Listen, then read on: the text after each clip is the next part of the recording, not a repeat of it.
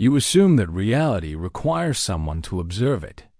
You assume that without an observer, nothing could be known, and without being known, nothing could truly exist. This assumption feels natural. It feels inseparable from experience. Yet Ibn Arabi questioned it. He asked whether reality depends on a witness, or whether reality is itself the ground of knowing. He suggested that the deepest reality does not wait to be observed. It does not require a separate knower standing apart from it. It is already known by being what it is. This challenges the usual structure of subject and object. The question becomes simple, but destabilizing. Is there a reality that exists by itself, prior to any observer? Ibn Arabi wrote as a philosopher of being and awareness. He did not focus on symbolic storytelling or moral instruction alone. He focused on examining what must already be true for experience to occur. His writings explore the nature of existence as something directly knowable, not merely believed. He approached metaphysics as a form of careful observation. For Ibn Arabi, truth was not something added to experience. It was something recognized within experience. When he spoke of self-knowing reality, he was not introducing a doctrine. He was pointing toward a structural feature of existence itself. This raises a central question. Are his teachings ideas or descriptions of what is already functioning?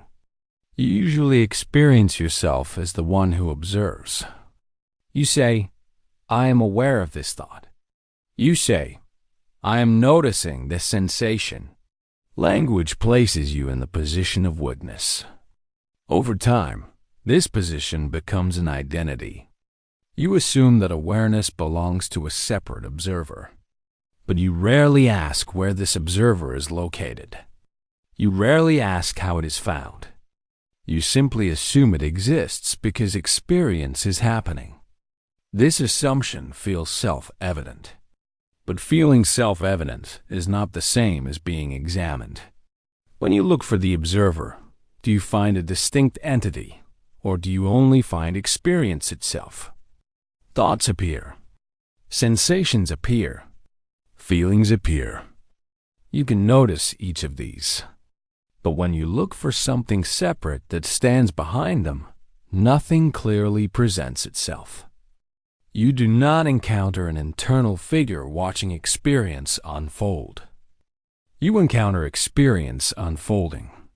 Ibn Arabi emphasized this point.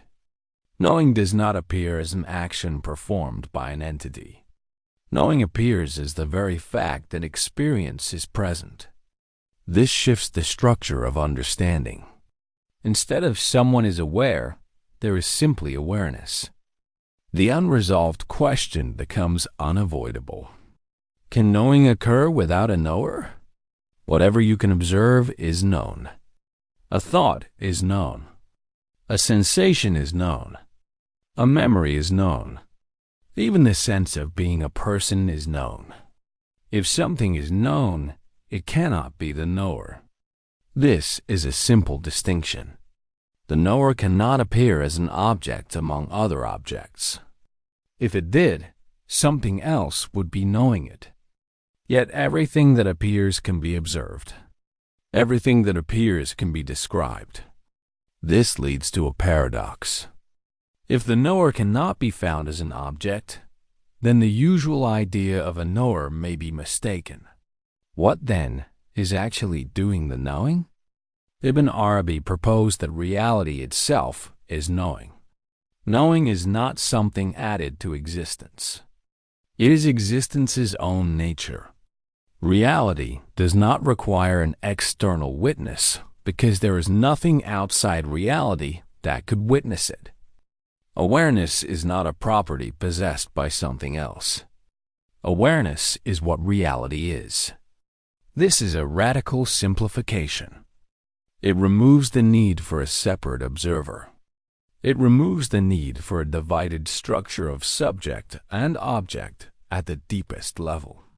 If reality is awareness, then awareness does not depend on anything outside itself.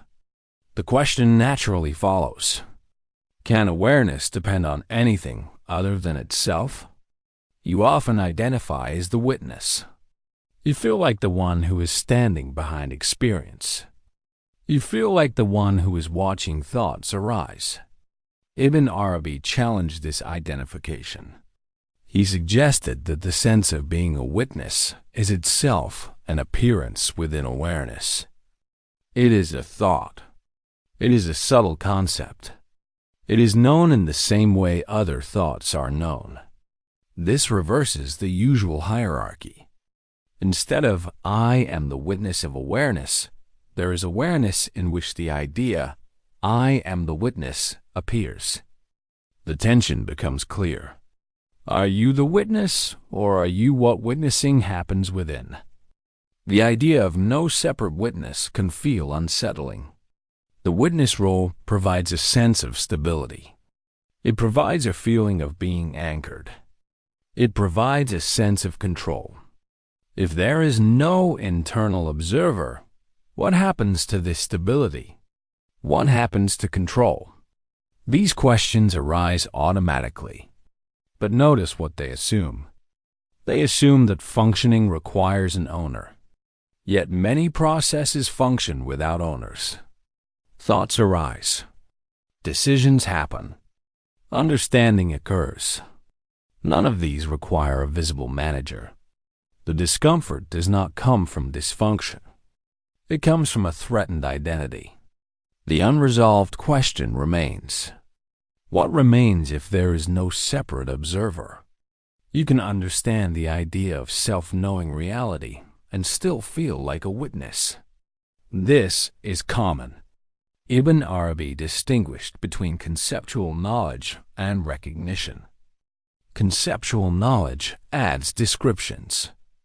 Recognition removes false assumptions. Recognition does not create a new experience.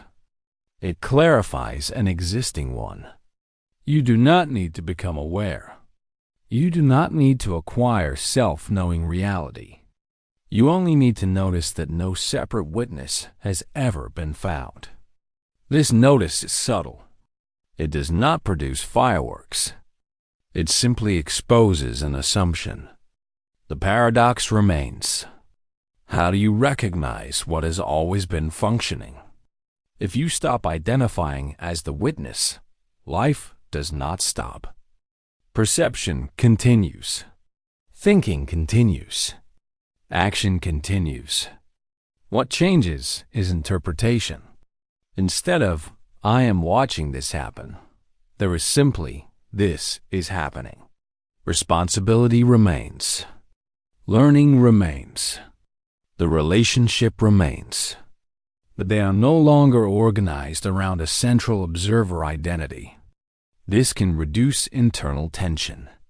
Not because problems disappear, but because fewer stories are built around them. Life becomes something that unfolds rather than something monitored by an internal watcher. The open question remains. Can engagement occur without an internal observer? You began with the assumption that reality requires a witness. You examined this assumption carefully. You found experiences.